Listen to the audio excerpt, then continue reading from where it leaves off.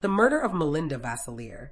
From the start, 22-year-old Melinda Vasilier's relationship with 24-year-old Aga Hassan was troubled. The pair broke up sometime in January or February of 2017, but reconciled on Valentine's Day. However, months later, on April 3rd, Melinda broke up with Aga again, this time by text.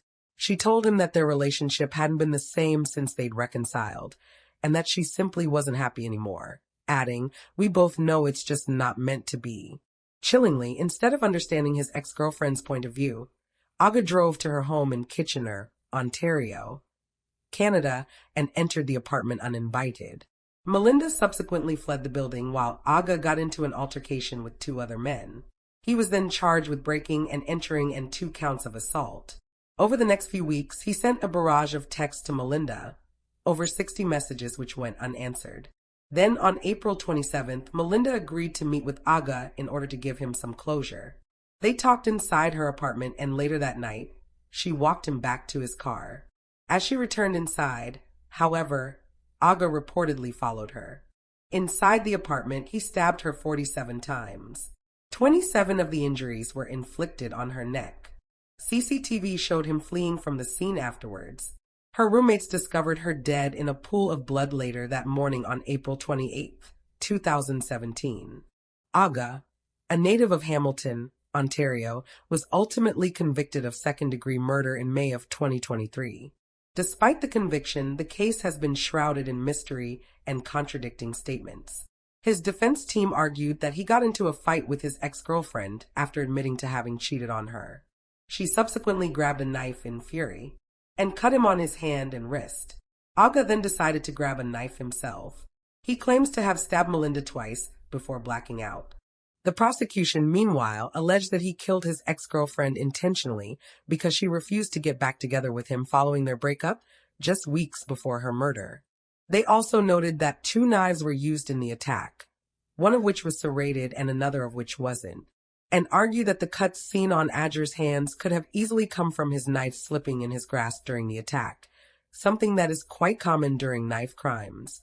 In Canada, the murder of Melinda gained an extensive amount of media attention, not specifically because of the crime, but because of Ager's behavior in the following weeks. After stabbing Melinda to death, he fled to the U.S. and then texted her to let her know he was glad to have seen her and relieved that they sorted things out. All this despite having murdered her just hours before. On top of that, he posted numerous strange and even chilling social media posts. He messaged Melinda's mother through a Facebook profile to tell her that it was partially your fault that her daughter had died, adding, "Oh well, you have other daughters." The strangest of all the posts was one which appeared on Reddit on May 1st, 2017, which was titled "Wanted for Kitchener My Side," and posted by the user Rita'sBlue101. The post has never been definitively connected to Aga, as far as we can find, but authorities believe that it was likely posted by the killer. The detailed post told the story from his point of view of what happened in the lead up to Melinda's murder. He claimed that they cuddled, kissed, and talked about everything after making up, but that before he left, she asked if he'd been in a relationship with other women during their break. He said that he had, which prompted Melinda to allegedly flip into a rage and grab a knife, which led him to grab his own and stab the 22-year-old in self-defense. He wrote, "The fact is no one is more destroyed than I am. She was more than a girlfriend, a soon-to-be fiancée. She was my everything. What happened that night was nothing but tragic." The post was later removed, and the user was suspended. In June of 2017, while Aga was still fleeing from the police, 3 posts appeared on an Instagram account, which is believed to have belonged to him. A video was posted, but it didn't have audio. An image of him and Melinda was also posted, and then later a second video. It's unclear what the contents of this video were, but most reports state that the footage did not include Aga. The following month, he posted another 2 photos. The caption of one read, "I'm coming home. It's time to end the dark path I've been traveling and give people the closure they deserve." Aga was arrested on July 11th, 2017 by Secret Service agents. Notably, he was arrested as part of a counterfeiting investigation after it was discovered that he was placing orders for counterfeit currency via the dark web. He had $600 of counterfeit bills on him at the time. These U.S. charges were not pursued due to the outstanding murder charge in Canada. He was eventually extradited to Canada, where he wound up in court for Melinda's murder. Adger's team initially tried to push for manslaughter, but the Crown rejected his plea. His conviction of second-degree murder automatically carries a life sentence with no parole for 10 to 25 years, with the judge ultimately deciding that he would not be allowed to apply for parole until 2033. The murder of Skylar Nees.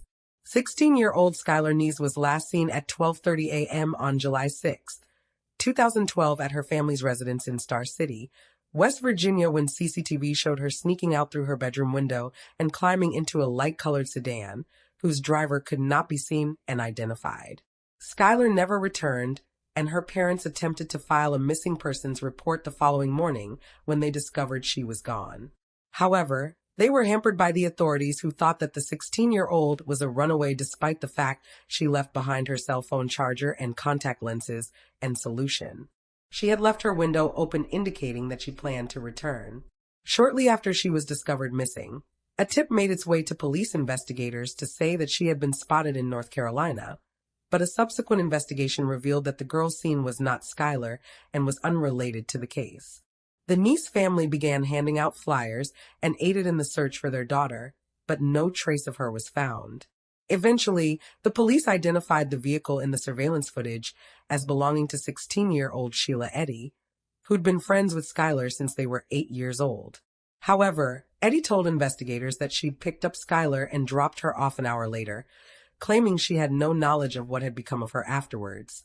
For months, Skylar's family waited for news. It would not come for a long and agonizing 6 months. In December of 2012, the mother of Rachel Schuff, another 16-year-old who was a friend of both Eddy's and Skylar's, contacted emergency services to report that her daughter was having some sort of mental breakdown. In the background of the call, Schuff was heard screaming. She was ultimately taken to a psychiatric facility where she stayed for 5 days. Upon her release, she demanded that she be taken to a lawyer's office where she confessed to Skylar's murder, claiming that Eddy had also participated in the crime, with their motive being that they didn't like her and didn't want to be friends with her anymore. Schuff directed investigators to Skylar's body following her confession. The 16-year-old had been left in Wayne Township, Greene County, Pennsylvania, less than 30 miles from her home. The remains were found on January 16, 2013, while the announcement of an identification came 8 weeks later in March. She had been stabbed over 50 times. According to the court transcript, Schuff and Eddy picked up Skylar on the night of her disappearance. In the trunk, unbeknownst to Skylar, was a whole host of items to help make their plan go smoothly.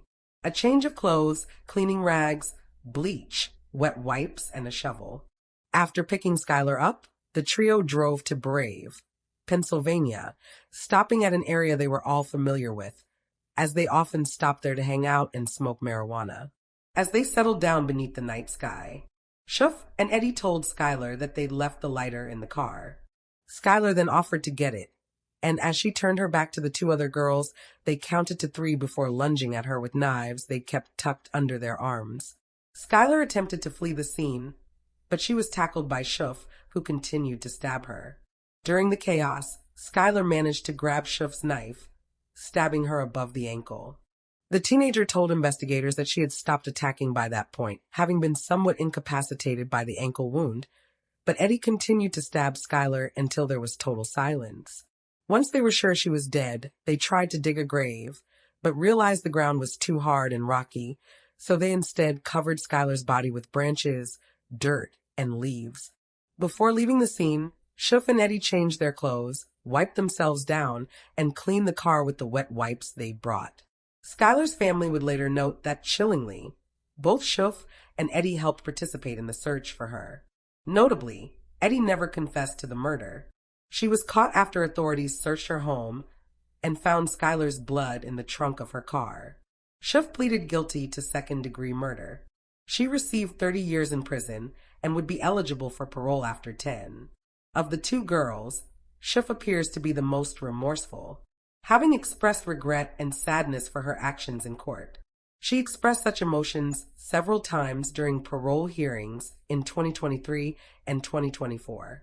In 2023, she also revealed that the motive behind the murder was not actually that they didn't want to be friends with Skylar anymore.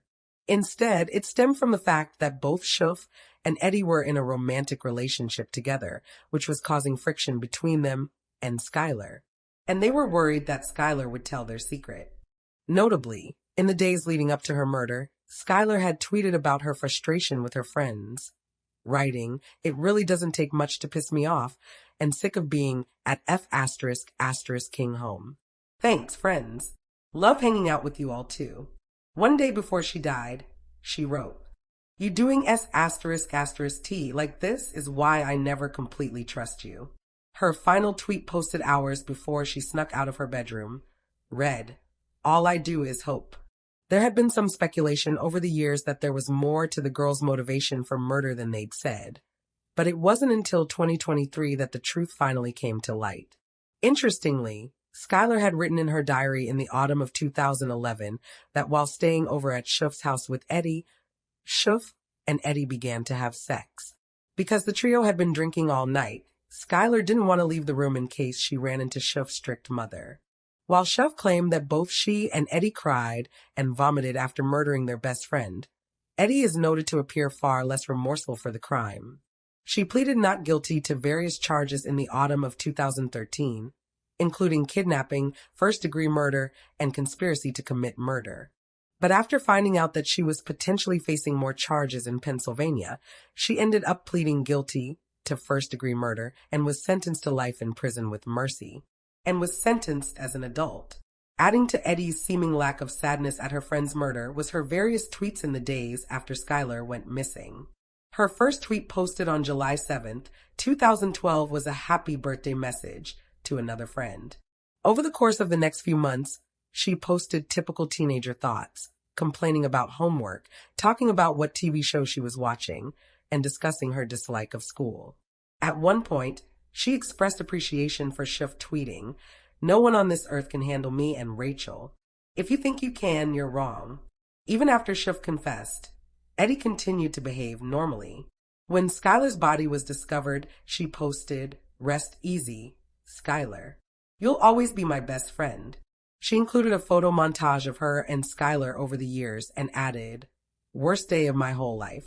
Perhaps the most chilling and infamous tweet of all, though, was one Eddie posted on March 30th, 2013, which read, "We really did go on 3.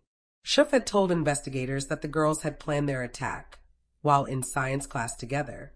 Although their plot was overheard by other students, nobody believed they were really planning on hurting anyone. And so it was never reported to a teacher or the authorities.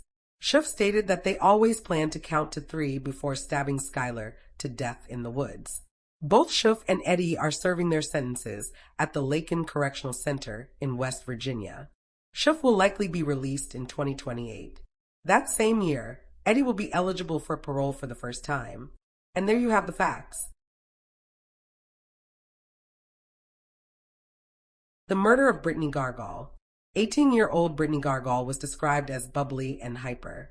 At the time of her disappearance, she was just weeks away from her high school graduation and stepping out into the real world for the first time. Though her father was absent from her life and her mother struggled with addiction, Brittany fostered a great relationship with her grandmother, who raised her and appeared to be doing well despite her troubled start in life. On March 23, 2015, Brittany spent the night in Saskatoon, Saskatchewan, Canada, partying with her friend Cheyenne. The pair had known each other since they were around 14 and built a strong relationship after discovering that the other understood their plight. Cheyenne also had a troubled upbringing. She had been raised in the foster care system and had been subjected to sexual abuse as a young child. A friend named Adisha Story saw the two girls that night before they went out. They stopped by, and Brittany asked to borrow some cash so that she could get petrol for her car. Story recalled, "And then I told her to be careful. If you need me, call me and I'll come pick you up or whatever." She gave me a hug and that was it. That was my last interaction with her. At 12:02 a.m. the following morning, Brittany and Cheyenne posted a selfie together to Facebook after they got ready to go out. It was the last time that Brittany was seen alive. She never came home that night.